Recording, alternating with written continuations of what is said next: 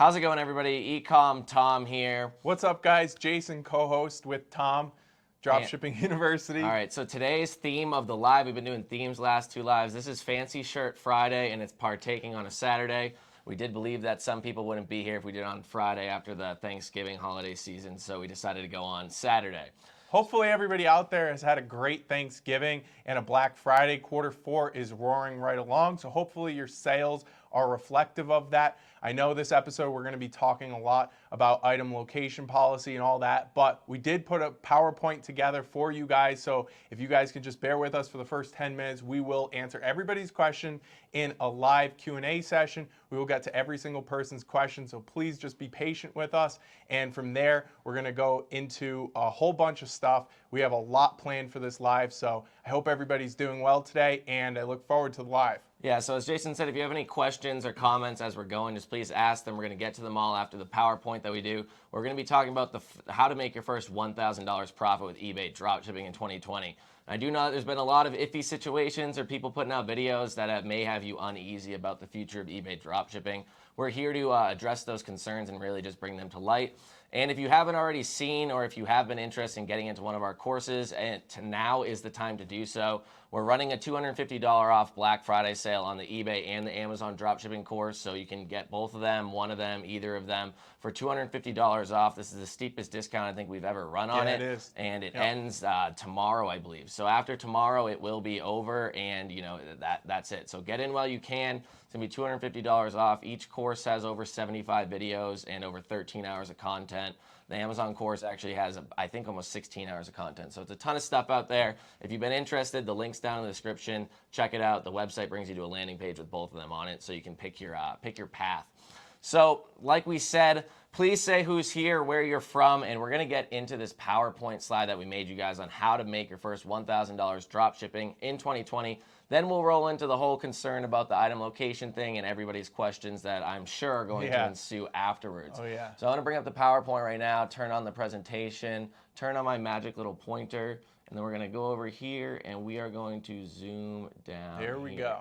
So please also let us know if you guys can hear us properly, and we'll get right into it. Okay, so guys, going forward in 2020, it's right around the corner. We got 1 month left of 2019. Let's set our foot forward and let's figure out where we want to head with eBay dropshipping going forward. So these metrics that you're going to see, these statistics, are kind of just a loose guideline that Tom and I have come up with after years of experimenting, after years of dropshipping ourselves. This is kind of what we've seen as a realistic expectation to selling on eBay. So on about 100 items, you're going to be doing about $10,000 in sales per month. And obviously, that's going to be 100 well-optimized items, 100 items that are going to sell month over month. These aren't going to be throwing up random products. We're not looking to do high volume. We're looking for high margin. And that's what brings me to the next point, which is really we want to shoot for 10% margin, but you don't need to obsess over it. It does not have to be exactly 10%.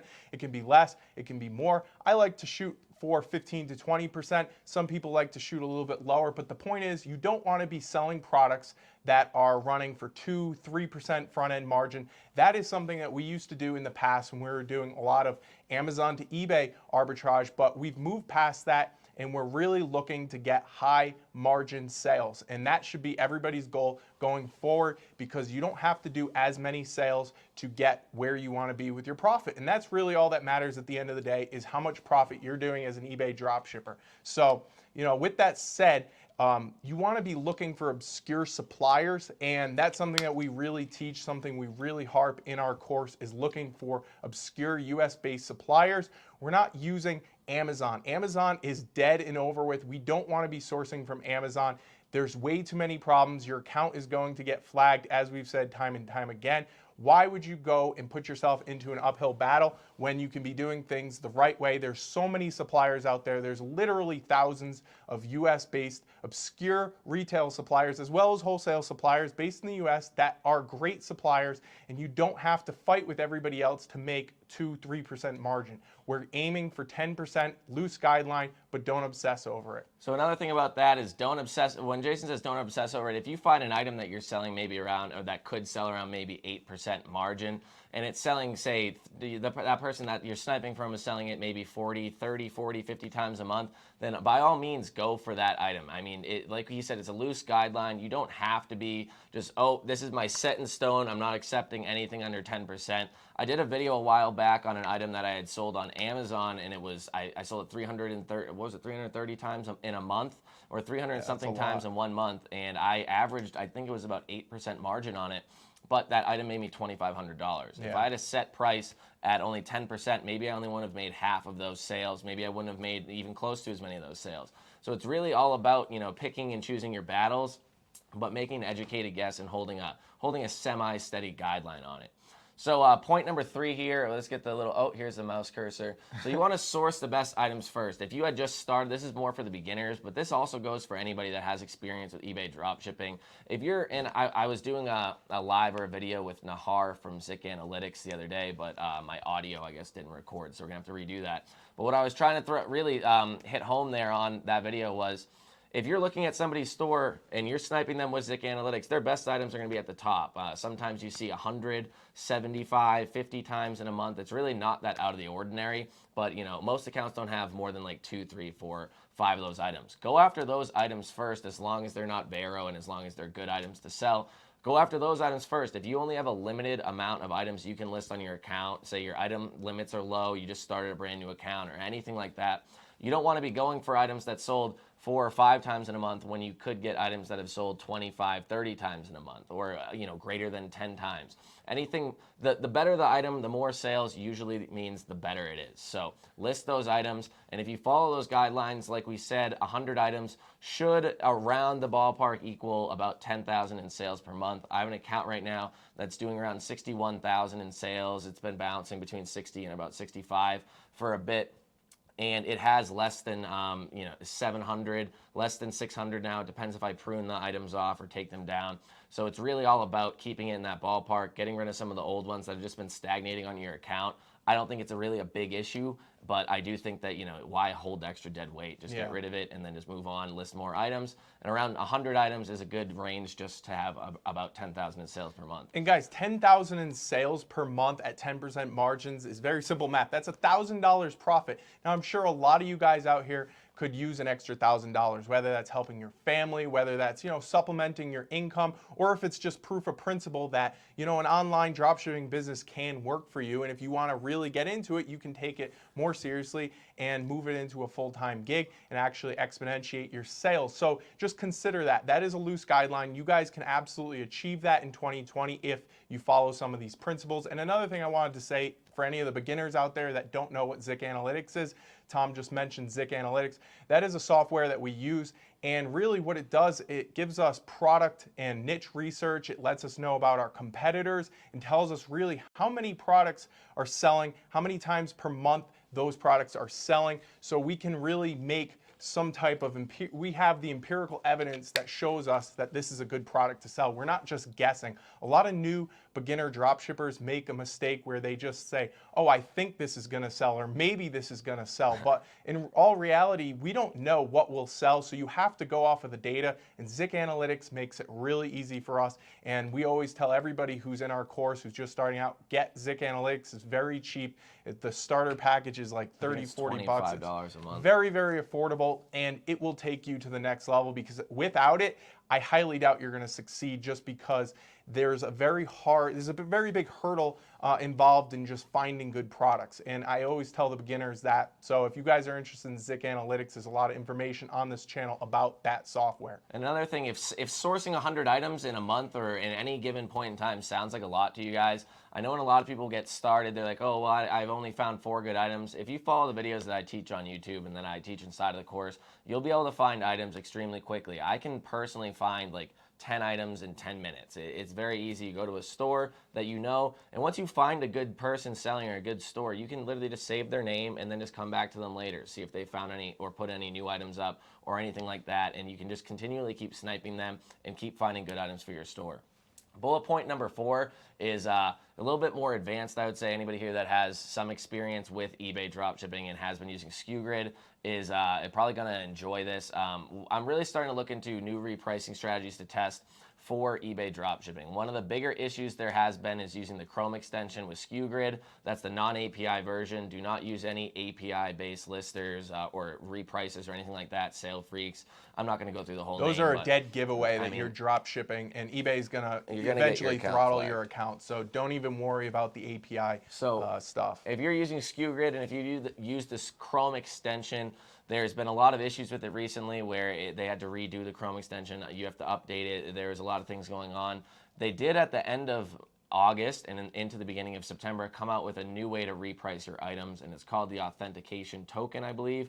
I put it on my account about, I think, 3 weeks ago, and I showed it to everybody inside of the course on how to get it set up. There's a SKUGrid article on it, and a lot of people that have moved over said that it's a lot better, and I personally love it. So you don't have to, the benefits of using it is that you don't have to have the Chrome extension anymore. You don't have to have your computer running 24/7 because that Chrome extension only works when your computer's on or if your virtual assistant has it up if their computer's on. If you're logged into your eBay account, and there was a few other things. So none of that has to happen. You don't have to worry about that. It's all through this authentication token now. All happens in the ether. It's basically the same thing as last year using the API related software, but it doesn't use the API, and it's perfectly fine. I've been using it for, I believe, like I said, a month now. Zero hiccups with it. Everything's perfectly fine, and I'm really enjoying it. And so just to get this right, though, you get the benefits of having non-API, sorry, you get the benefits of an API-driven software without using any API whatsoever. Yeah, it's pretty much the same as what it was before. Now there's more suppliers because it's SKUGrid. You can do whatever you want. It's crazy the there's really technology, right? Yeah, I mean, I think it's more basic technology, honestly, but they just didn't feel the need to do so. Yeah. But so to build off of that, there's also a thing that SKUGrid has that I haven't really talked about. I've been looking into it a little bit in the background, called their Buy Box Owner Repricer. And basically what that is I think it was originally built for Amazon to have a repricing system kind of like how Amazon is.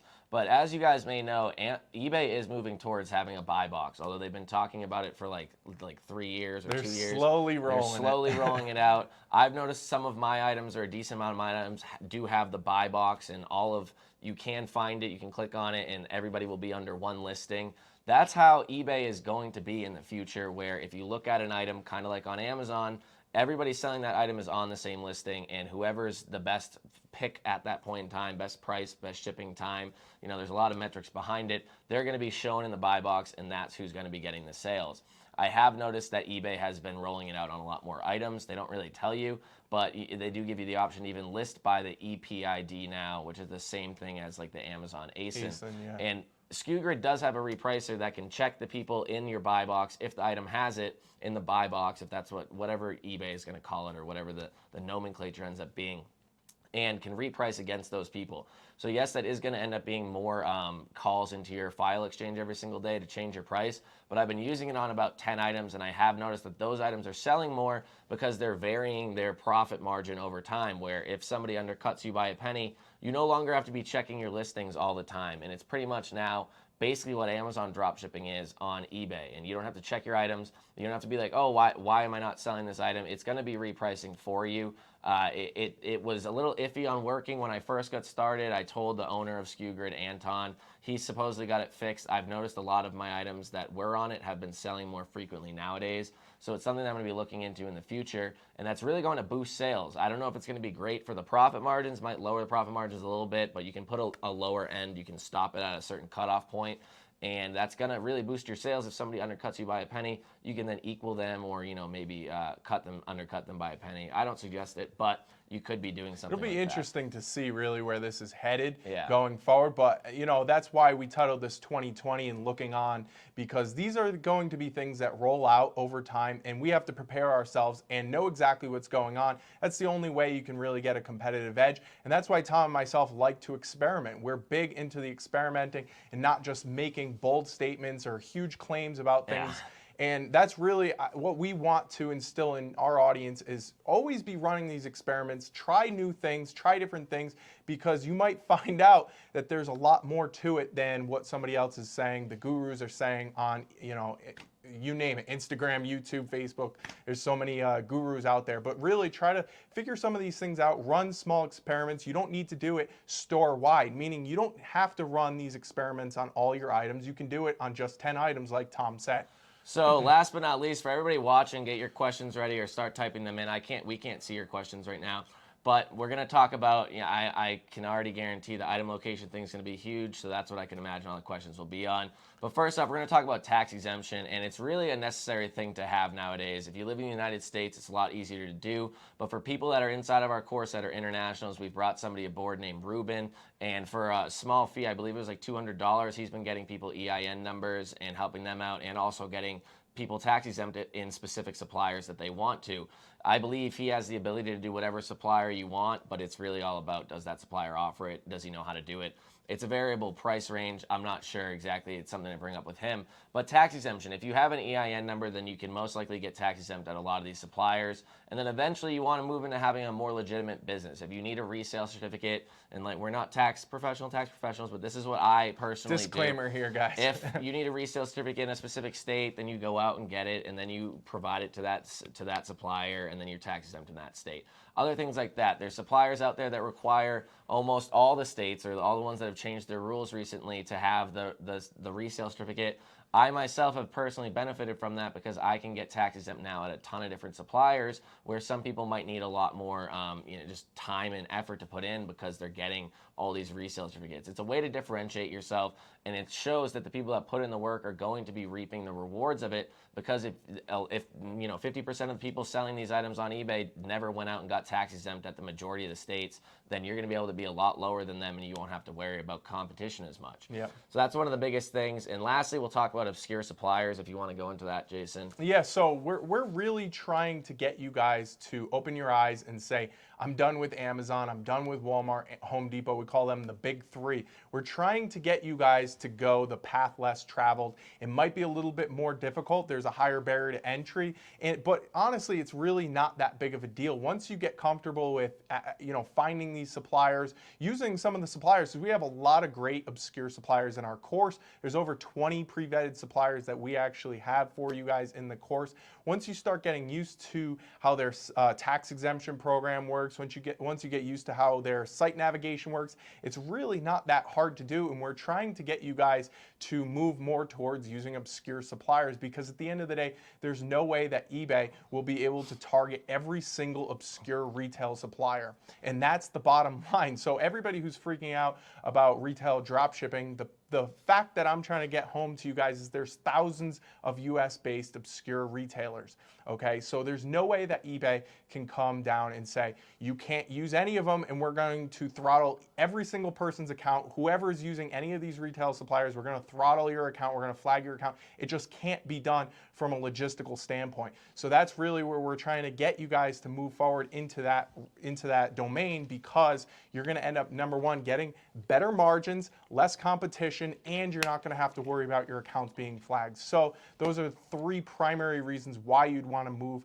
to either obscure retail suppliers or wholesale suppliers. Which did you also mention? Sorry, not to cut you off. Sorry. Did you also mention that the obscure suppliers are going to usually have smaller amounts of warehouses, whether it's one or two? I kept that because I know people are going to be asking that in the comments. Okay. But if you want to address that. So if eBay does eventually act on their whole item policy thing, from a lot of people that I've been talking with that have called in and asked eBay questions, eBay's basically said, like, if you provide terrible customer service, if your customers are upset, then they're going to end up looking into you. And then once they look into you, do further research, they'll realize, hey, you're most likely drop shipping from Amazon or Walmart or one of these things. Then your account gets flagged. I really don't think eBay has at all enacted right now to shut down people or flag them. I haven't seen any issues. There's been a lot of people in our course that have been following what we've been teaching that has said that their sales are up. So it's good evidence that way. But a lot of these smaller suppliers, if eBay does act upon the whole, you can only ship from one item location per whatever that item location on that item says. If you're using a smaller supplier, there's some inside of the course that only ship from one actual location, then you can put that location on your listing. Then technically you're always shipping from the correct item location. Yep. Is there a chance that it could get a little messed up, a little hairy? Yes, but that's a story for another day. Yep. So before we get into answering all the questions, we have 68 people watching right now. If you haven't liked it already, and if you did like the content that we provided you guys, we would appreciate it if you did like this video. We'll help get it out to as many people Smash as possible. that like button. And hopefully, provide hope to people in 2020 getting started, because it seems like there's a lot of questioning and concern in the eBay dropshipping. Uncertainty, I would definitely say. That's There's the always word. uncertainty in business, guys, and that's something else I wanted to talk about in this live. There's always going to be uncertainty in any business. Name a single business that there's no uncertainty in. The strong will survive. The people that stick it out, figure out new strategies, as they always have done in dropshipping, especially eBay dropshipping, those are going to be the people who reap the benefits and end up making more sales in the end. So, look at it in that perspective. Yes, there's always going to be more hurdles, but if you can overcome them and figure out what's going on, you're going to end up being better off for it. So we're going to go ahead and start answering questions. We see them piling up right now. Can you read them? I can see. All right, so I'll start off with the first one. Now Jason can read the questions this time, so it'll be a lot easier. So Jector Bella says, are you using Zik Analytics for product sourcing or any tools? Yes, we've already said that during the live, or we've already mentioned it during this live. So yes, we are using Zik Analytics. I've been drop shipping on eBay for over 2 years now, and there hasn't been a time where I haven't been using Zik Analytics. So Zik has probably been the most consistent program that we've used in the last 3 years. I've never not used it. It's a great, it's fantastic. So Gail says, hello, Tom. eBay sales doing great. That's awesome, Thanks for showing up, Gail. These last 2 days, any more information on eBay location requirement? So, yeah, that's quite the question there. First of all, Gail, I'm really happy that your sales are up. As we said earlier, we've had a lot of students that actually have said that their sales are up. Some have said that their sales are down. So we're kind of getting both sides of the equation here. Some people are doing well, some people aren't. But there's no definitive answer as of yet as to this whole item location policy, whether or not there's a direct correlation that this is going to be affecting people's accounts. As Tom said earlier, the logical thing that we think right now is that if you're not providing excellent customer service, if you're not keeping your metrics up, then there's a higher likelihood that they're going to look into your account. And if your account is obviously drop shipping from Amazon, Walmart, or Home Depot, wouldn't it be logical then that that rep follows a procedure from the the eBay gods to go and look into your account and then to flag your account? I think that there would be a logical step that would take place. So that's kind of my hunch right now. It is only 4 or 5 days since this whole thing has kind of happened. So there's still a lot more to be discovered, a lot more to look for, and we're going to take it in stride, honestly. One thing I do want to add on to that is, based off the people that I've seen that have gotten their account flagged or what looks like to be flagged, it all happened, it seems, on the 21st. So from the 20th of November, the steep downfall happened from the 20th to the 21st, and they're down there hovering around the 21st at very low promoted listing impressions. That's what fell. So that seems to be the date that it could have happened, or when they enacted this new policy change. The date that I put the video out, I don't believe was the actual date that eBay made this update. I actually just found it by accident, the update.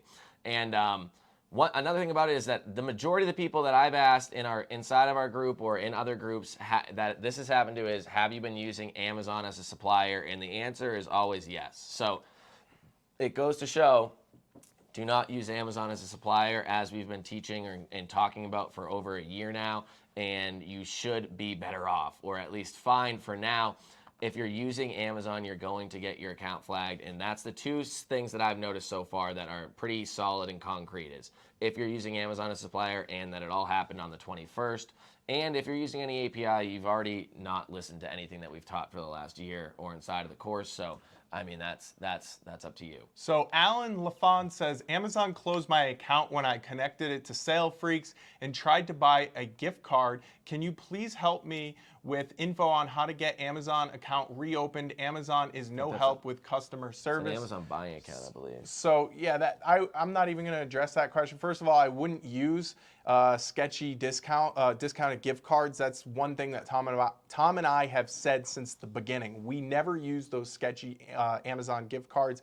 And the other thing is, I would stop using Sale Freaks. Another thing that could potentially get your eBay account shut down, flagged, MC011. There's many things that could happen. Not potentially, it will. It will eventually, but I like to say not to use Sale Freaks, AutoDS, you name it. There's so many of them out there. I don't want to use those because your account will eventually get flagged. So John Arducci's here, so we can start now. Thank you very much, John. Latravius McKay, how's it going, man? He shows up at every single live. How do you solve the problem with item location? So that, I mean, we've addressed it enough. If there's any more individual specific questions about it, we can get more in depth on it. Brad Millen says, which tier of Zik do you use / recommend? And I believe there's 3 tiers of Zik. I've only ever just used the most basic one. You really don't need anything more than competitor research tool, and that's all I've ever taught, and that's all I've really ever used. I've tried to use other things, and I can see where some of it might be appealing if you're using the Amazon, Walmarts, and the Home Depots, but if you're trying to stay away from that, then there's really no point in using anything else. So just use the basic, smallest tier, I don't know what it's called, beginner maybe, and then just do competitor research. The competitor research tool in and of itself is worth all that money. Trust me, honestly, it's worth a lot more than that. All the other bells and whistles, you know, I know they have like a wholesale directory now. They have niche research. It's a very robust program. And honestly, if you're a beginner, it can be a little intimidating. And if you watch their university, their Zik University, I believe their videos are outdated last time I checked. They don't make sense. So it's nothing that we teach. So if you watch their Zik University videos, and nothing against Nahar or Zik or anything, their videos just aren't that great. It's once you start using those, if you follow what they're trying to teach, it won't make sense, and you'll probably be even more confused than when you started.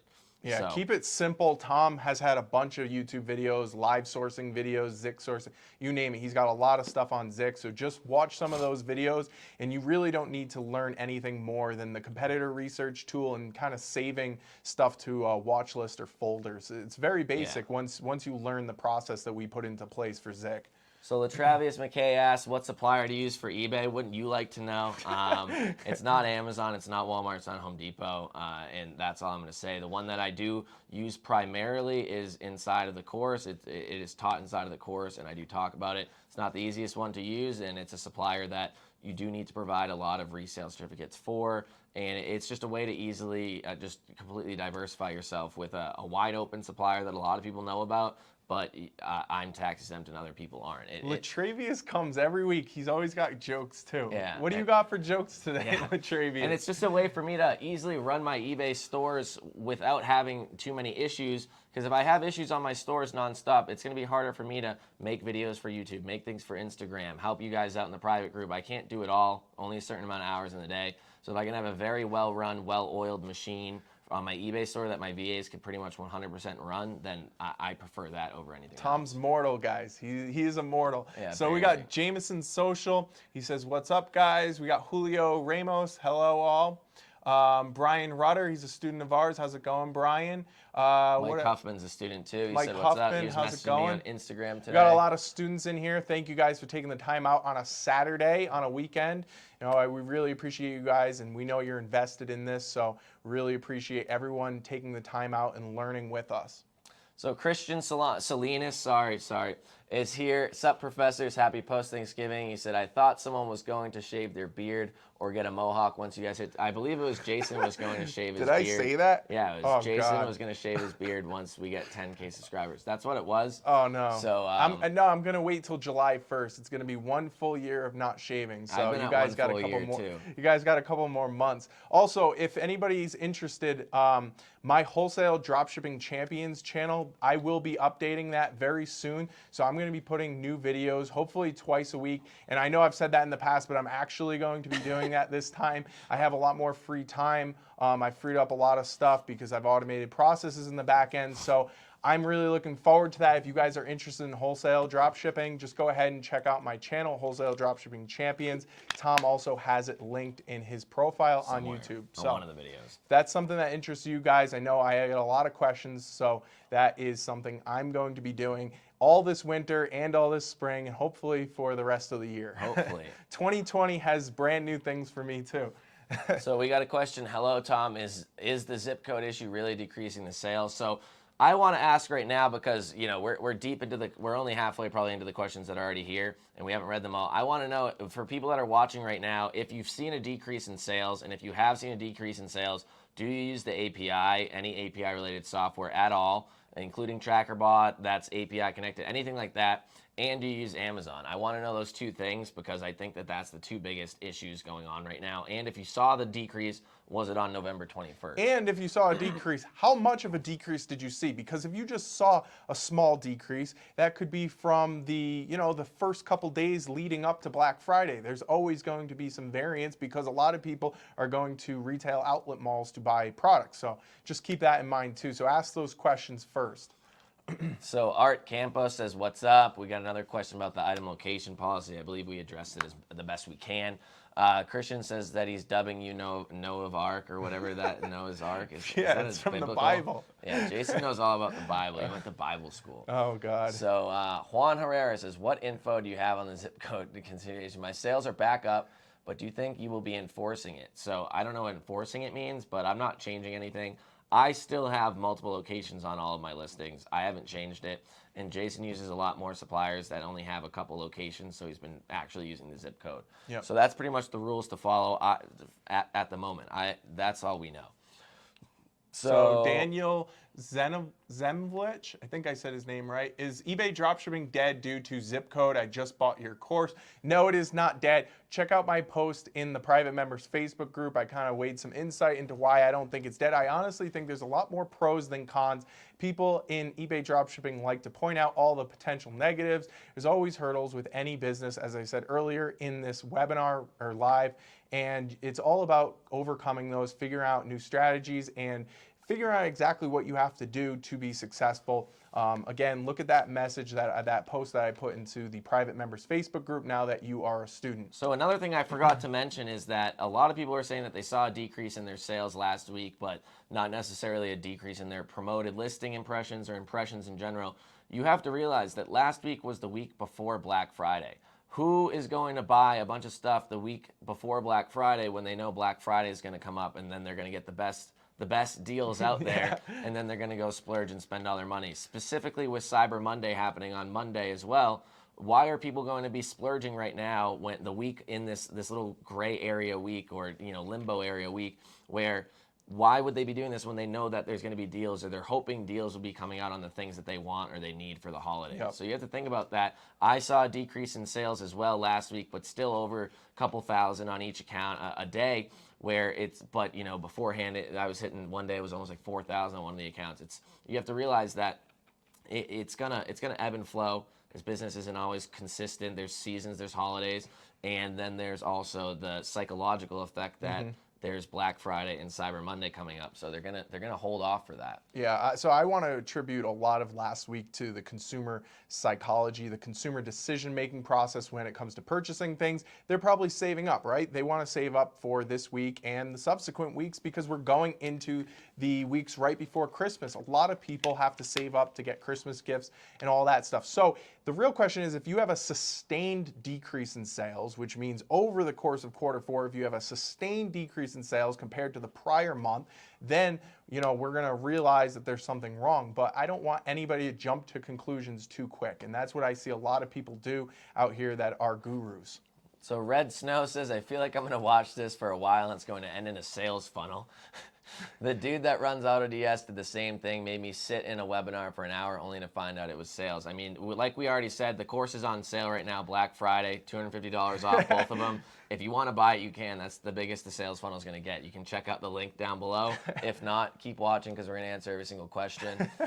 You're getting content for free. So we got William Nagel from listening from Denver. I heard you guys got a bunch of snow last week, something like 18 inches. Hope you guys are doing well. Alan says, is the course for eBay you're offering more than a Udemy course? More than your Udemy? We don't have anything on Udemy. I have seen pirated. Stuff. Yeah, I hope there's nothing on Udemy. Honestly, Udemy, I've checked out Udemy, looking at it as just a lead magnet, but Udemy is not a good place for content creators like Tom and I to put out content. Udemy dictates the price. I would honestly stay clear of Udemy. The course value, as far as like what you're going to attain from the knowledge side on Udemy, is much, much less than a real full-blown course. We have courses that are over 14 hours long. over 70 videos, pre-vetted supplier sheets, Google Sheets, all kinds of stuff to help you guys out. I would not do that for Udemy because Udemy would make our course be like $10 and it wouldn't be worth our time. So just keep that in mind if you do see courses on Udemy related to eBay Or ours. dropshipping. If you see ours, please let us know because it's not supposed to be Yeah, there. yes, Somebody definitely. did message us that it's something sketch the other day, so it could be out. It could be out there. Who knows? So there's a good question here. That's what do you consider as an obscure supplier? Low sales compared to Amazon or not as popular? Why don't you answer It's that one? mainly, in my opinion, it's all about feel. I would say it's obviously not the big three suppliers: Amazon, Walmart, or Home Depot. You know, Lowe's or Sears and Kmart even thrown in there sometimes, and it's really just finding one that's out there that you see people that are drop shipping. Usually it's on SKU Grid. SKU Grid has about 400 US based suppliers, so start there. If it's on SKU Grid, you can find people drop shipping it with the methods that I teach on YouTube, finding their private label brands, you know, looking them up on Zik, everything like that. And then realizing that there's like a couple people doing it. If there's a couple people doing it and you can't figure out how to get their prices, then just dig deeper into it. But They're not doing it for donation. Yeah, they're not giving a out- church. yeah, so they're there's- making money. There's opportunity, clear opportunity there, and that's, you know, that's an indication. That's a strong indicator that you can now go and drop ship from that supplier as well. That's what this is all about. And usually they're smaller, easier to deal with, might have 1 or 2 locations. Tax exemptions usually not easy to find on their website, but you call them, pick up the phone. I know it's scary. Pick up the phone, call them, and usually you'll find some sort of tax department or an email to send emails to. You know, it's not as streamlined of a process as Amazon or Walmart or Home Depot, hence being not as easy, hence being not as popular. So just go out. Anybody that goes and does the things that people don't want to be doing is going to see success in any business. So that's pretty much my answer to that question. So Christian's in here with the off-topic questions of the live. Thank you very much for staying consistent.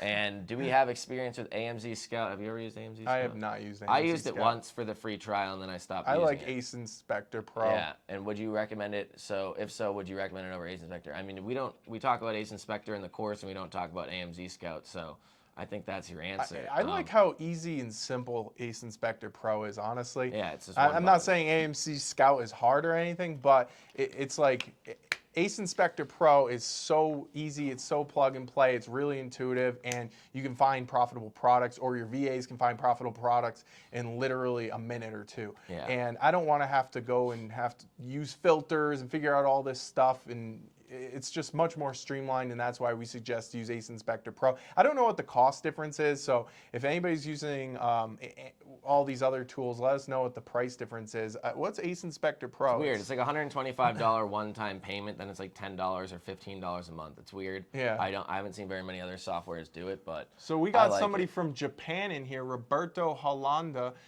He says he's from some city in Japan. Nagoya. I don't know any cities in Japan. And David Carpolo just bought our course the other day. He's in Colombia right now. That's pretty awesome. I want to go there. So that's great.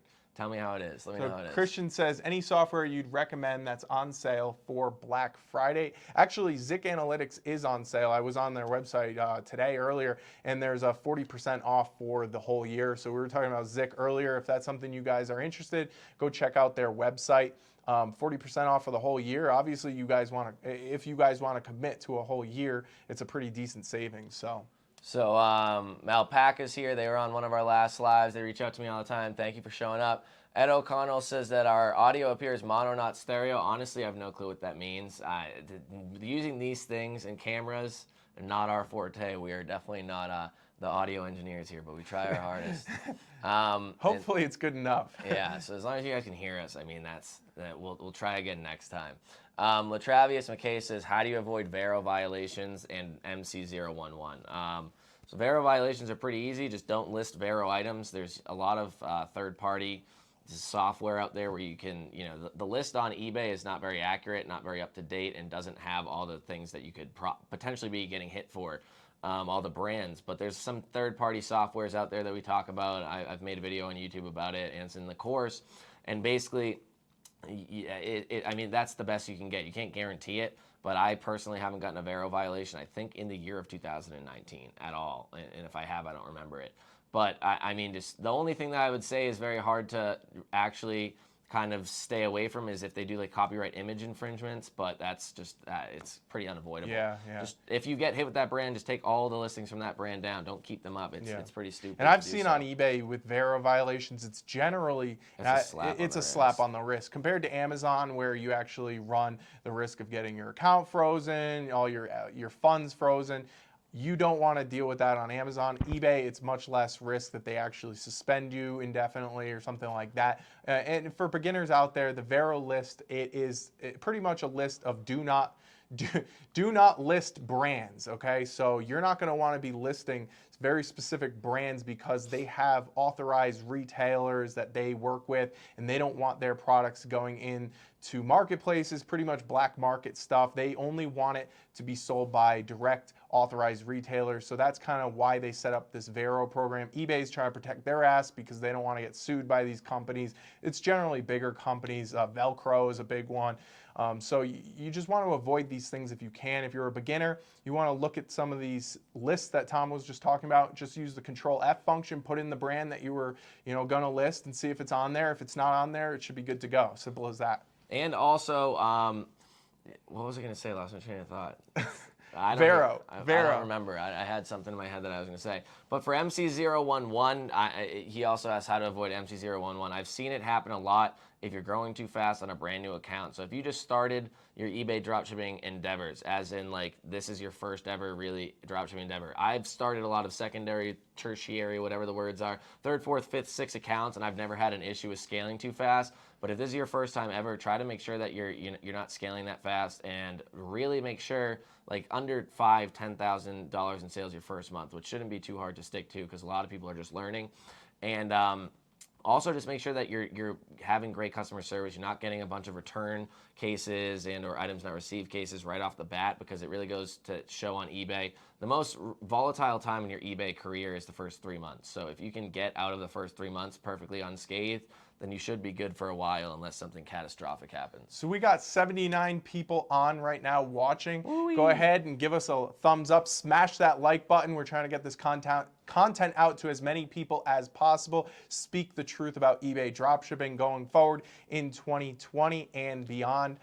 So we're going to keep answering as many questions as we can, and bear with us. Try to get to all of them. We're a little bit behind, so we're going to do our best here. So Dominique Jones says, hey, Tom and Jason, what is the best way to find great wholesale suppliers? Can many of the wholesale suppliers that you use be found on SKU So I'm going to let Jason answer the majority of this question, but what I have to say is that there are wholesale suppliers on SKU, and I think they feel the demand for it. So they're going to be working a lot more in the future on trying to get more wholesale suppliers onto SKU. So if you have one, or if anybody that's watching has one, they want to get it onto SKU, let me know. And I can tell you who to go talk to, or you can just tell me and I can tell them.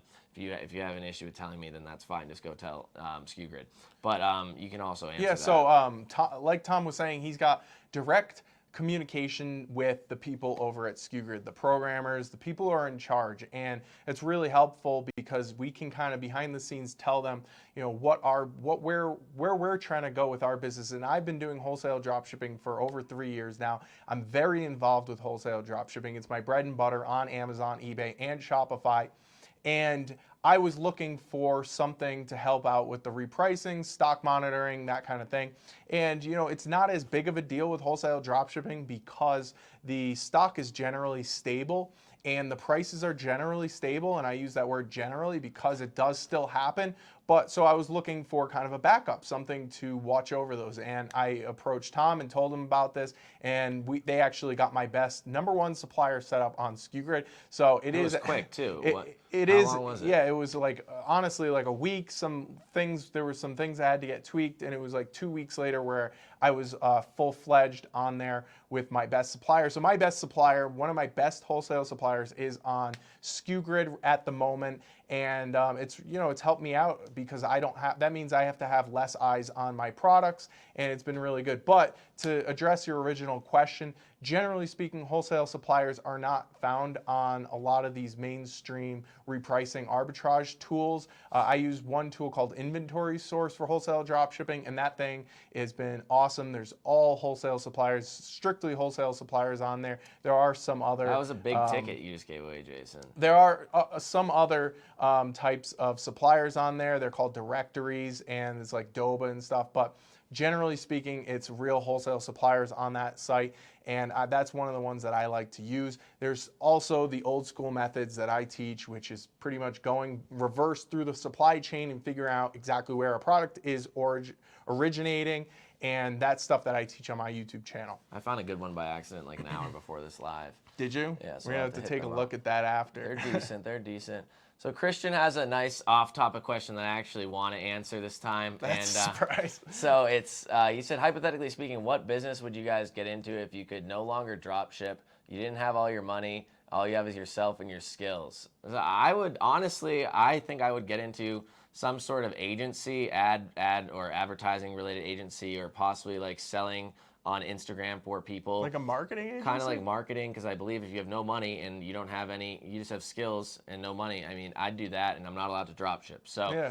I would do some sort of like salesy type thing on Instagram, or just try to run some sort of agency, but I'd do it correctly and actually like try to care about my customers, because I feel like all these ad agencies out here, people are teaching like social media marketing, and then it's just this big buzzword, and then all of a sudden it becomes like a Shopify dropshipping type thing. So, and Christian, I'm going to give you an answer. You might not like this one, but if I had my choice of any occupation, it would be a janitor. I love that. I used to be a janitor for high school for a bit, and working at the high school. I loved it. It's a great job. Low stress. I would eliminate all stress from my life and just push a broom around and be good with that. So that's awesome. That's where I'm going to leave that one.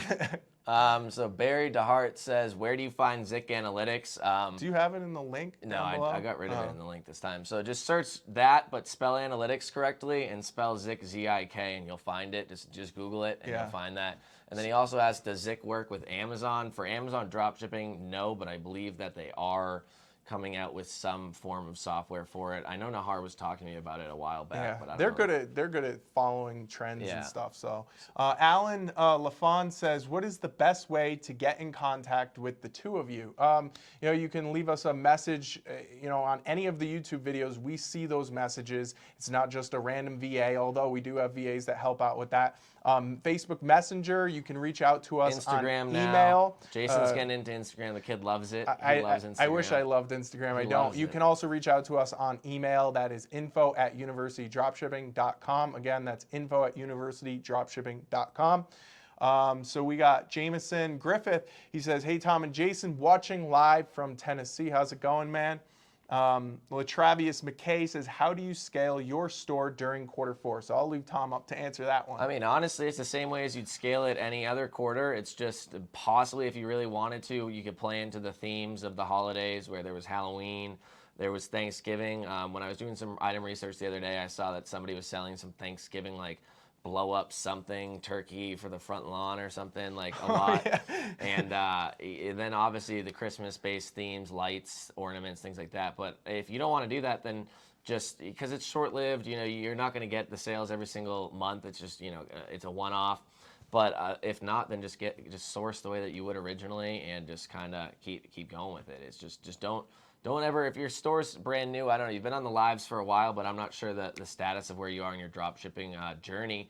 But if your store has just gotten started, don't list too many items on there and start selling way too much where you can't keep track of it. That's what I've seen a lot of beginners on eBay run into, where they list a bunch of items like, this is awesome, making a bunch of sales, and then all of a sudden they let a bunch of things fall through the cracks, returns, item not received case, all sorts of things like that, and then they're getting MC011 or banned or something like that. So John Arducci has a funny comment. He says, I think my next job will be as the fry guy at McDonald's. I need to make the big bucks. I mean, hey man, I want to work as a janitor as my retiree job, so that it's not the worst job in the world. I don't think they're going to be able to replace them with robots anytime soon at McDonald's. So, so Ed Boss says, can I start at 15? I mean, you can start. It's going to be harder. I don't know when the legal age to get it. Yeah, I mean, not 15 months, 15 years, I'm guessing. So that's young. It's I don't know if you can get credit cards. I don't believe anybody can get a credit card till they're 18, but I have no idea. I got my first credit cards when I was like 20, 22 or something. So I don't know about that. It's also, I mean, capital could be an issue. I've seen people do it, but it's probably with the help of their parents or something like that. Yeah. It's really up to you or your parents. I mean, ask your parents if they're willing to help you out with the credit card situation or just, the capital situation there. Christian says, "Hey Tom, what's up with the Scotland business trip?" It was in fact a business trip. Yep. And you did. Was it a business trip or you just wanted to try the fashion men wearing? Oh yeah, I wore multiple kilts while I was over there. Every single day I had a different kilt. No, What's those hats called? The scally caps. That's not like a thing over there. I think that's just what my buddy likes to wear. I did see a man in a kilt at the bar wearing a suit jacket top, with a tie and a kilt. It was pretty weird. But no, my friend was there on business for like 6 weeks, and I went out to visit him because I had free room and board, and he paid for a lot of my food through his company. So it was nice. There you go. So Martin T says, "Hi, how do you solve the problem with item location?" We've already addressed that a bunch. If you want to go back and rewatch this video, We got some of the best sound I've ever heard on a live stream. That's awesome. I hope so. I hope he's not being sarcastic. Yeah, I don't know. These are like $500 of mics altogether. We got a question. What parameters do you use to consider a supplier's scare okay? Tom, as a newbie question here, does eBay give you issues if you sell brands such as Contigo, the coffee mug brand, on eBay? I'm guessing you're meaning because it's like a pretty decently large brand. It really goes to just check the Vero list. If they're on there, then don't list them. If not, like Contigo is a very popular brand. I know that. I remember selling a lot of it when I was doing like Amazon onto eBay, which you should not be doing. So if you see it on like Walmart or something, then it's a possibility you could list it. But check the Vero list or the Vero. What's the Chrome extension? Vero Checker. Vero Checker. Put it in there. Check that, see if it works, or if it's in there. It could be in there, and if not, then I would list it. Go to the Google Chrome store and just put in Vero Checker. It's a very basic program. I think it's like $2 a month or something. It's probably saved both of our asses a bunch of times. I mean, it's hard to really measure how much that saved us, Yeah, I mean, my VAs use it now, so that's probably why I forgot the name. I remember when I first started, I used to get calls all the time on weekends, holidays. But that's when you have an anchor store. You'll get calls if you have an anchor store. It was bad. They would send reps. They would call me up and say, "Hey, man, why are you selling ammunition? Why are you selling meth pipes? Why are you selling all these things?" He was the one with the meth pipes. "Why are you selling all these things that are clearly either restricted or on the Vero list?" And I was, "Sorry about that. I'll take it down." And they would give you that courtesy call. But it was nonstop. I was getting 2-3 calls a day. So hopefully you guys also stay away from that stuff. Push that aside. Stay away from meth. Don't do it. Try to keep a nice, lean store. So MLL and Lynn Contic said that they liked the video, so thank you very much. If you haven't already, please be sure to do so. We're at 43 right now. Let's try to get to 50 for this live, and that's a good amount, I would say. And then eventually, over time, it'll grow. And then, hey guys, I have heard that eBay bans all accounts linked to Zik Analytics. Wow, who said that? From another YouTube dropshipper who is actually still dropshipping on eBay but does it 100% manually. Now I get confused. First off, Zik Analytics doesn't connect to your eBay account at all. It connects into eBay, but it does not connect physically to your account. So there's no way eBay even knows that you're using Zik Analytics. So that's a fallacy. Yeah, I have no idea who said that. That doesn't make any sense. If you want to tell us, Z-Salt, Pap, whoever said that, I'll call them out and say it right on this live because that's not correct. There's just no weight to that at all. That would be analogous to saying that you were researching eBay dropshipping, watching our live on YouTube right now, and eBay banned you for looking at eBay dropshipping content on a third-party website. Yeah. It doesn't make any sense. That's a good point. There's no direct integration. There's no correlation there. They can't do stuff like that. So Let's Get Social Info says, Tom, you were supposed to send out that sheet from the last video, and I can guarantee you I did. And I remember sending it and commenting it on your comment. So go check that on the last video. It's there. It'll bring you to ManyChat and then give it to you. Don't question his memory is good. I I'm like swear an to elephant. God. I can guarantee you He's I got did great memory. Marcelino Latore gave us a strongman muscle. That must be for Jason. Lazy Abrams here. Yo, What's up, Lazy? PayPal is not supported in my country to receive payments, but I want to get started selling on eBay. How do I overcome this obstacle? Try to use eBay Managed Payments. See if you qualify for that. You have to get enrolled into it. Otherwise, I think they got rid of all merchant processors, like payment processors, outside of PayPal. So I don't really know what country doesn't accept PayPal. Don't really know I think what it's to Turkey, tell you on that one. China. and another one. I don't remember. There's 3, I believe. So Turkey's not communist, are they? I don't know what they are, dude. I think China's I'm communist. American. I understand China, but not Turkey on that one. So I mean, other than that, there might be some sketchy way to do it, like a VPN or something. I have no idea how it works. It's a very rare case. I would try to find somebody in your country that's doing it and just ask them if how they did it.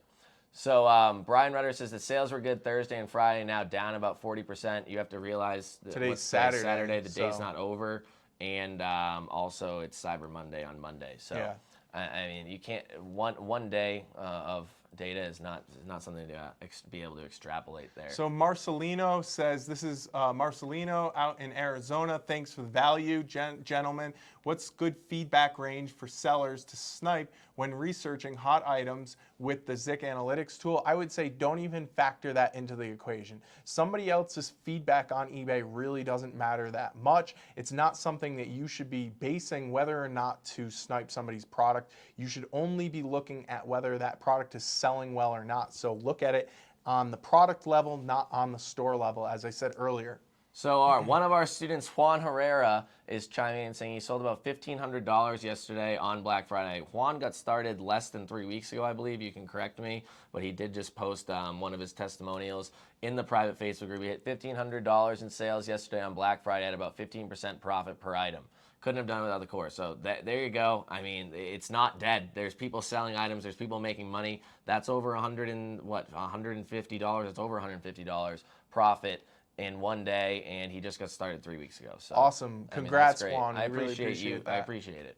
So do you use Sunrise Wholesale, and should I invest in it? No, I don't use it. I haven't looked too much into it. I signed up for their 7-day free trial once and then accidentally paid $200 for the entire year because I forgot to end Did it. you get your money back? No, I just kept it. I was like, maybe I'll use it at some point, but I never used it, so I'm not sure, honestly. I've seen people that have used it on Amazon and have been successful with it, or in some way, shape, or form. So MLL says, if you think you were flagged on an account, do you think eBay will link your account from your name and automatically flag you? That is a risk that you actually could face, but we haven't really seen that happen too often. I haven't seen that happen. I've had flagged accounts in the past. It was about a year ago, and all of our big eBay stores were getting flagged, and what we figured out was that eBay treats brand new accounts innocent until proven guilty, so they're not really cross-linking or guilty by association with your other links, with your other accounts.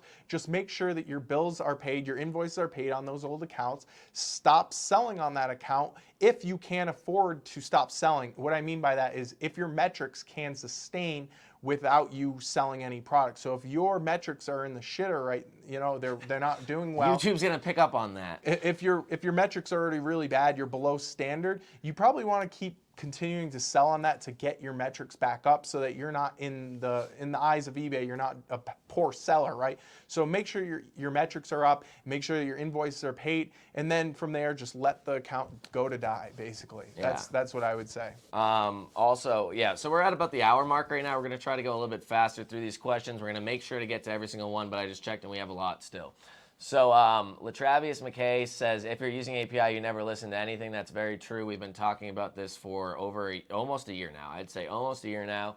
And just please look at the dates of the videos you're watching and see if they are applicable to what's going on. I'm not going to go through and pick and choose all my videos. I've gotten rid of some of them that are completely don't use, like Sale Freaks videos. I got rid of all those off my channel. But it's going to be hard to go through. I'm not going to watch every single video again. I mean, I love hearing myself talk, but that's just a little bit of a task. So just make sure you're paying attention to the content and when it was created.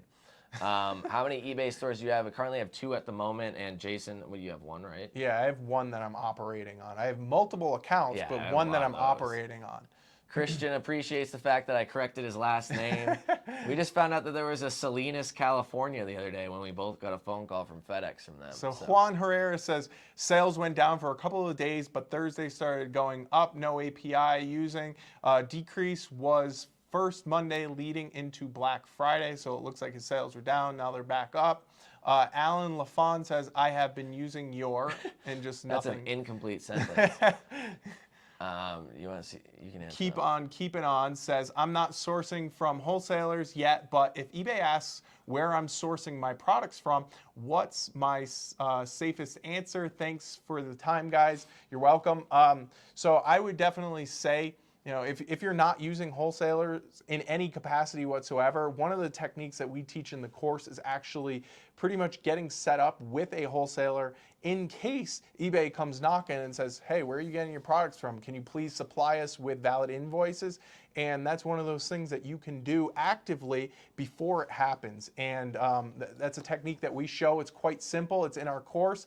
And I actually show how to do that. It's very, very simple. It's pretty much sitting there as a hedge in case that happens. So that way, when eBay does come knocking and asks you for those invoices, you have something to show them that isn't an altered receipt or an altered invoice from another supplier like Amazon. Well, I think another thing they were trying to get at on that question was if they're looking to increase their item limits. A lot of times nowadays, people are the employee, the virtual assistant working for eBay in the Philippines will ask you, where are you getting your items from?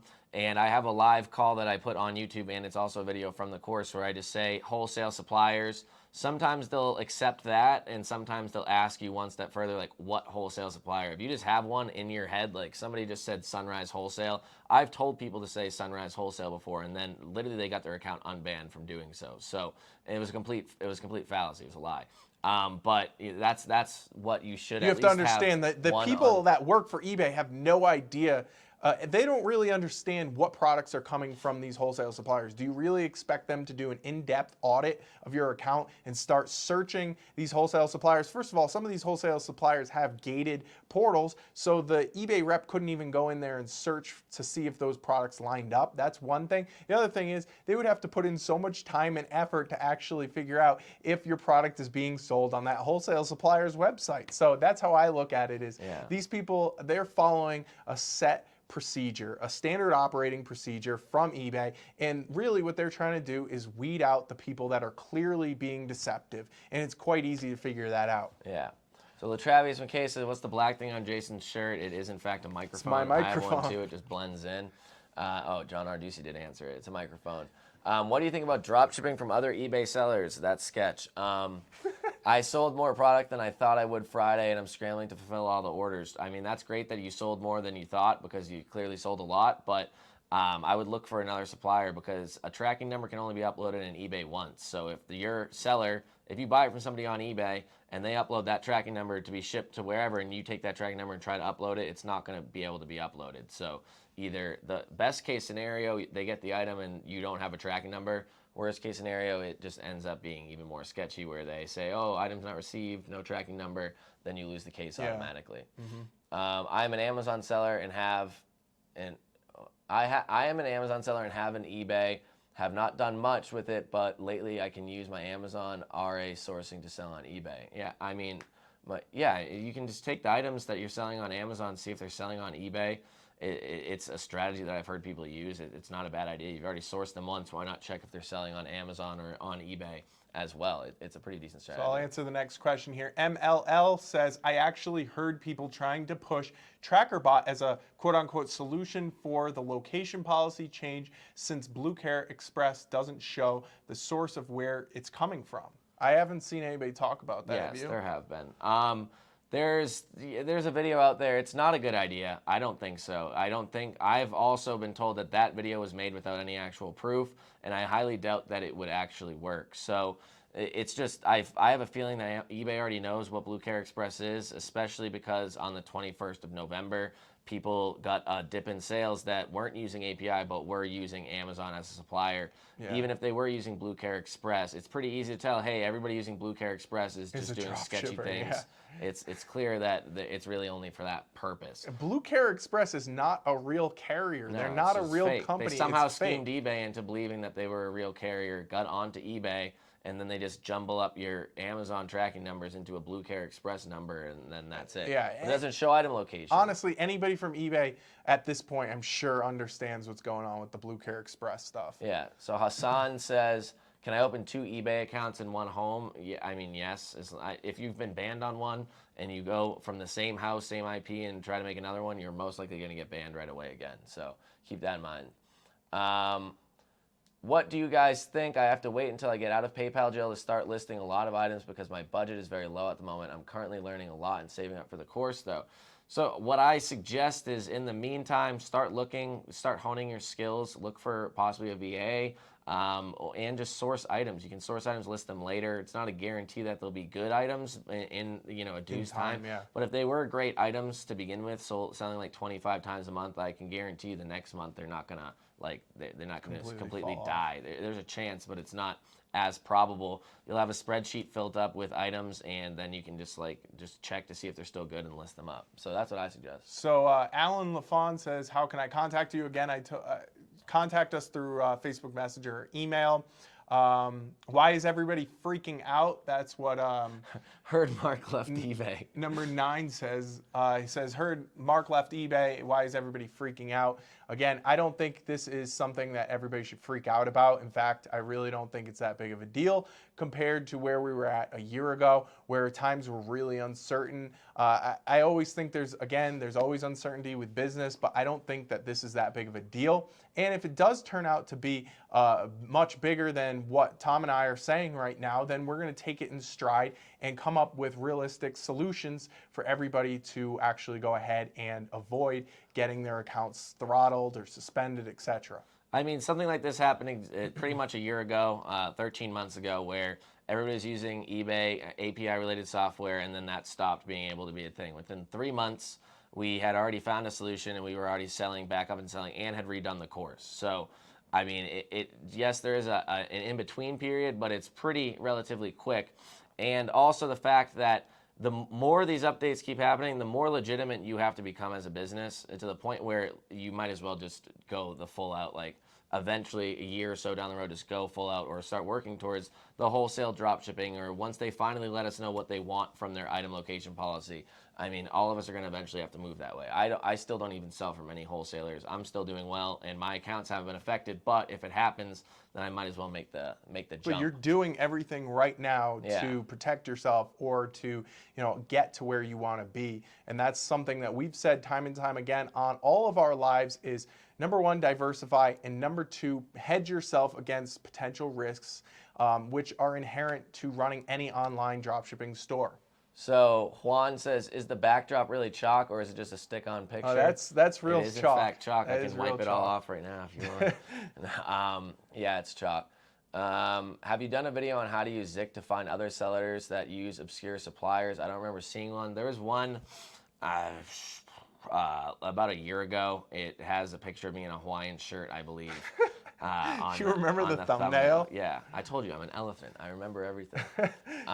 From Morocco, I was doing great. Amazon to eBay. Since 21 of November, my sales dropped down to 1 or 2 per day. So what did they drop down from? Because if they drop down from 3 or 4 it proves sales, our point. It proves our point that they were using Amazon to eBay and got flagged. So I mean, that's one person that actually answered the question. So Jesus Martinez says, any quick tips on bulk uploading sourced items? I'll check out the course bonus video. I started digging into the updated new supplier list. Good job on it. Yeah, so any quick tips is you can use SKUGrid, but I really do suggest, or SKUFetch, I really do suggest that if you're using SKUFetch, only just use it for one item at a time, because once you start doing bulk uploads, then you're going to have to go in and edit them anyways, and it's really just... It doesn't lead to a great item if you just list up a random item with the factory or the supplier's title and everything like that. It's just not a good idea, but I appreciate the support. And also, Bowo said, I just registered for the eBay dropshipping course. That's awesome, man. Take action on it. Don't sit there and just, not do anything with it. It's a tool. You need to go out there now and build your own empire. Okay, so we're coming close to the end. We're going to try to get through these close. Yeah, I know, right? Juan Herrera says, does canceling an order affect your account at all? Of course it does.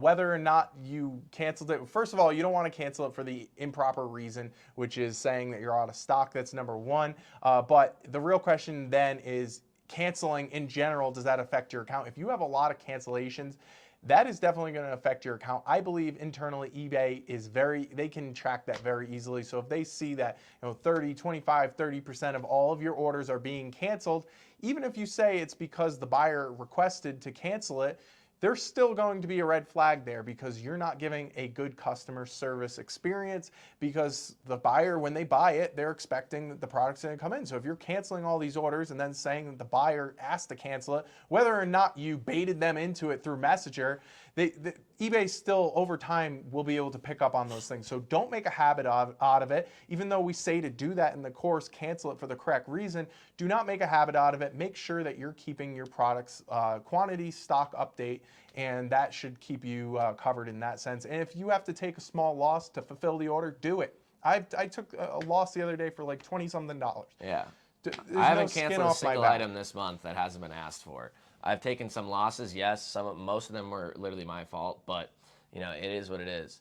So does anyone know if Fisher Price is Vero? I have no idea. You can look it up. My account got flagged in November after the whole zip code thing. I use Amazon as a supplier. I also use BCE tracking number from TrackerBot. I don't know why I got flagged. Metrics are good. I mean, it goes to show exactly what I suspected was that everybody that got flagged on the 21st is because they were using Amazon, no matter what they were using. And that's just goes to show that you shouldn't have been using Amazon. Harsh reality. It is. What would be this? Do those wholesale suppliers usually have free returns? Do wholesale suppliers have free returns? So some do, but honestly, I wouldn't say not many. Some do, some don't. Obviously, it's going to be something that you need to ask that wholesale supplier when you sign up for them. It's very pertinent to pricing your items, right? But it's not a break. It's not something that's going to say, I'm not going to use this supplier because they don't have free returns, right? If you were them, you wouldn't have free returns either. The only reason that free returns has become the gold standard or the status quo in retail is because of Amazon a couple years ago. Most other suppliers do not do free returns. Now, there's a lot of times where I have to work with them and provide proof, like pictures from my customer, forward over those pictures, and then they'll go and send replacements free of charge. A lot of people send pictures. It's like a common thing on eBay, at least. It is. The majority of the customers will send pictures when asked for. For example, I had an order that was over $700, and a bunch of these products broke in the mail. And the customer sent me pictures. I forwarded those pictures over to my wholesale supplier. They then reviewed those, and they sent out replacements free of charge. Everybody was happy. That's generally how it goes with damaged products from wholesale suppliers. If somebody gets a product that they want to return just because they don't like it, you have to deal with it. But or a lot of restocking times, fee. You can charge restocking fees. A lot of times, I make money off that restocking fee. You can charge restocking fees on Amazon, and if you're top rated now, you can charge a restocking fee on eBay. The customer just has to accept it. It's kind of sketchy. We'll see what happens with that. So what is the best way to sift through all the suppliers on SKU Grid? I would say to start, like you said, pick a niche, just find a niche, or just start going through. If you rapid fire open up a bunch of tabs at once, you can tell which ones right off the bat, whether you'd like it or not. And then if it looks appealing to something you would want to sell, then go from there and then just keep sorting through, seeing if it's a good one. I found some decent ones the other day. I just haven't had the time to act upon it. So Saeed, I'm guessing. I got a TBA tracking number, and lately people say eBay started flagging sellers who use BCE trackings, Blue Care Express. Is there any other solution, please? Honestly, just stop using Amazon. That's going to be my response for every single answer now. So Alan LaFon says, can I use my debit card with MasterCard logo to dropship using your course? If you're asking if you can buy the course with a debit card, yes, you can buy the course with a debit card. If you're wondering if you can dropship with a debit card, yes, you can if dropship. You have money, if you have money with a debit card. I mean, you need to have the money in your account. If you have a credit card, then you can put it on credit. Otherwise it's going to get declined. That's simple as that. That's why we always say to use credit cards where you can, because you end up getting 1-2% cash back, and that adds up when you're doing volume over the course of time, obviously. Barry DeHart says, very new to this, why shouldn't you use Amazon to eBay for drop shipping? Check out some of the YouTube videos that Tom has made, especially like 7-8 months ago. You were really talking about it a lot. It's just your account will get flagged if you're using Amazon as a supplier to dropship on eBay. It will happen, whether it happens in the first week or month 3, it will happen, and it's an uphill battle. Once you diagnose that your account has been flagged, you have to then shut down your account and start a new account. And it's just, it's a big hassle. It's an uphill battle. It's not worth your time. Take this business a little bit more legitimately. Think from eBay's perspective. Their biggest competitor is Amazon. Why would they want all of their customers on eBay buying products that are getting shipped from Prime with the Prime logo on the box and getting free brand awareness marketing from Amazon just because of dropshippers. It doesn't make sense. You know, check out some of those videos. So keep on keeping on said, I went to purchase Vero checker today, but the reviews weren't good. Honestly, I was to say, not sure if I shouldn't. Honestly, I'm fairly positive it's $1.99 a month. I mean, whether it's good or not, I use it. It's helped me. It's $2 a month. I think you're gonna have to pick your battles in life, and $2 a month for me is something I'm willing to spend, whether the thing works or whether I just have it sit on my desktop and never use it. It's based on what the users put in there. So it's Yeah. like crowdsourcing information. So if there's a lot of people that are actively using it, there's going to be the most up-to-date information on there. So, you know, take that into consideration, because eBay is not keeping their list up to date. If you can use this other list as a supplement to eBay's list, then, you know, you're probably got most of the bases covered there with Vero. Yeah. So Julio Ramos says, what do you think about AutoDS? I mean, I'm not going to use it. They only have 5 suppliers. It might be easier to set up, but the suppliers that I use aren't even on their website, and that's all I really have to say about it. It could be a good setup. I haven't really checked it out yet. So where are we?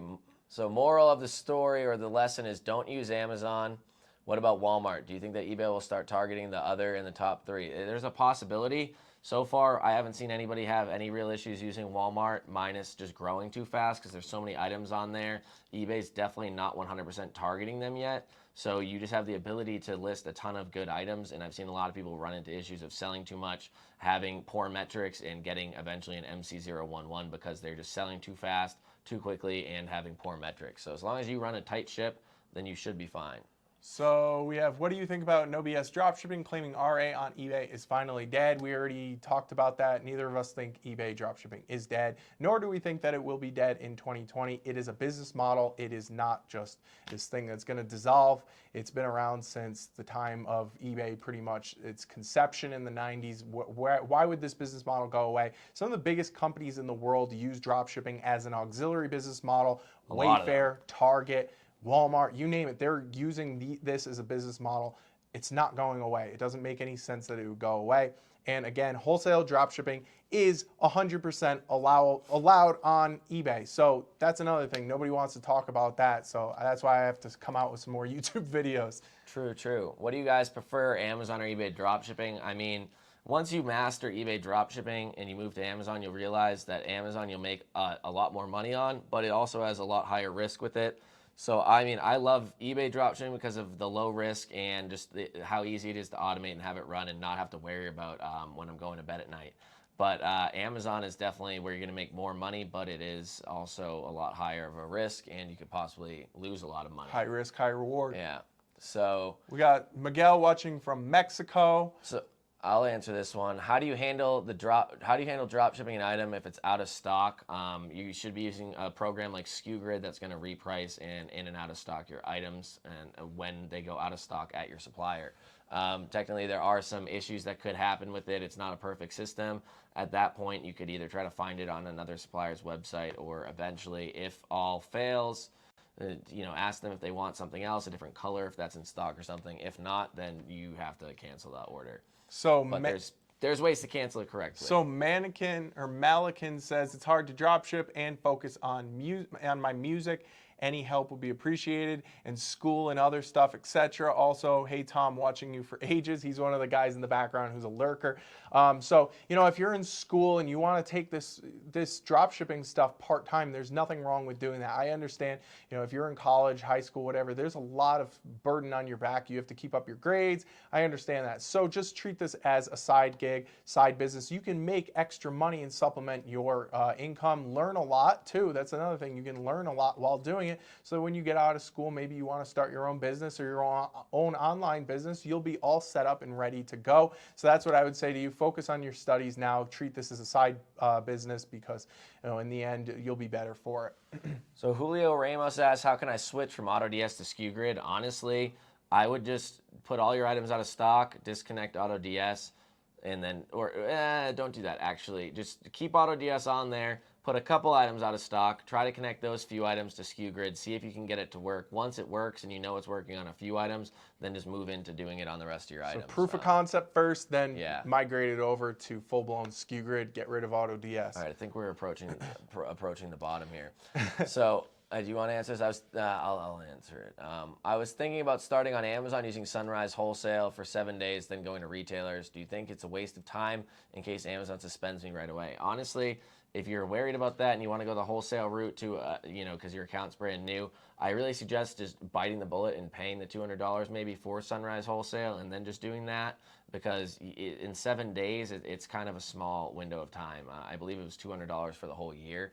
Maybe they have monthly, I'm not sure, but if not, then you might want to just bite the bullet there. Yeah, so Brian Rutter says, I think the zip code issue is just another way for eBay to try to weed people out. Those that quit just leave more sales for the rest of us out there. And that's what I've been trying to hit home with you guys in the last couple days. There's always opportunity. And when a bunch of people fall off, then the rest of us reap the benefits when we adapt our strategies. And that will continue to happen. And I think it's a healthy cycle, quite frankly. So Bowo just bought the course and said, I currently use your Bell for product listing with Arbiship for auto ordering. Now that I'm registered for your eBay dropshipping course, what do you advise? Completely stopping that. I would watch the videos because what you're doing is going to get you flagged, and your account's going to be down and out pretty quick.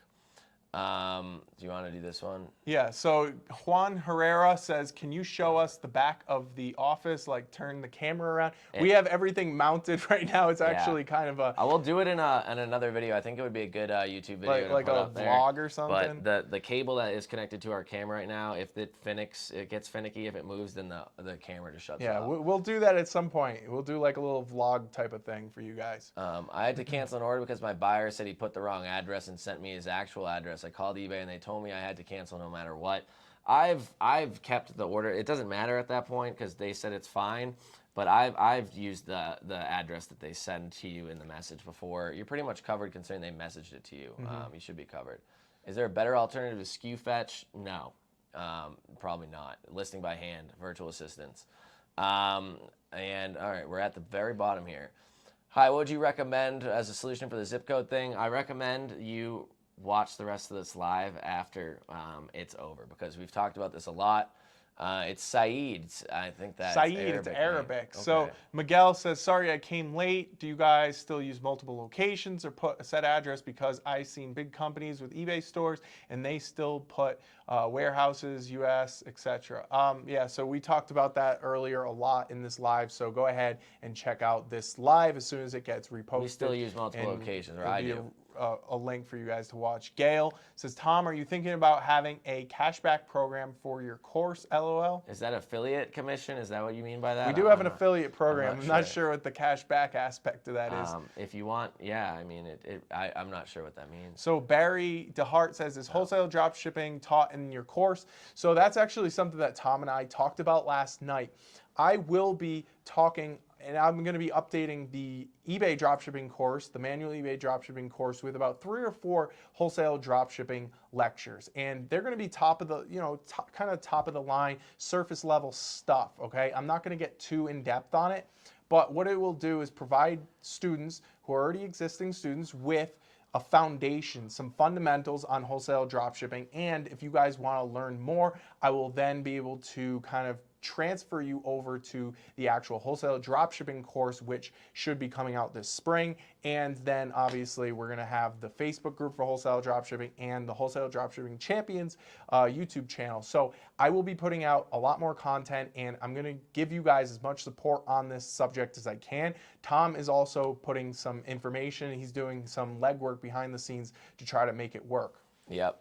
So Alan LaFont says, are your orders in your course auto-filled and shipped after the customer orders? No, they're not auto-filled, but you can have virtual assistants that can do it for you. I haven't ordered an item I can guarantee you over like 3 weeks, and that was just mainly because one of my VAs was like sick or something.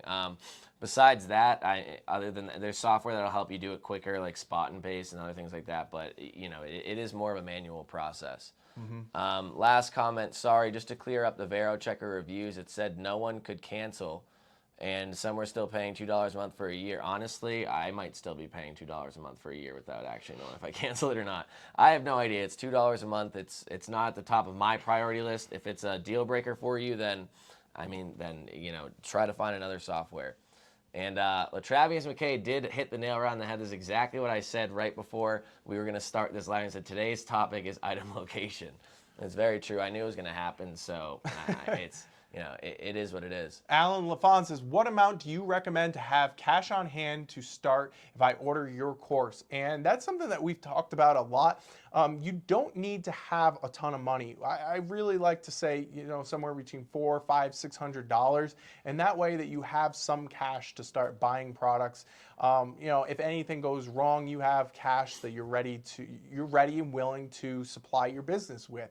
Now, you don't need to have much more than that because you're going to be making money from the sale, and that's going to go straight into your PayPal and then directly into your checking or savings account. If your PayPal's old enough, that's the main issue. As long as you don't get hit with PayPal jail, and then you can take those funds and put them and fund directly into your business. And another thing is, if you have a credit card, you will have 30 days to pay off your statement balance, and that is pretty much a credit line right there. It's a 30-day credit line. So that's one thing that we talk about, people.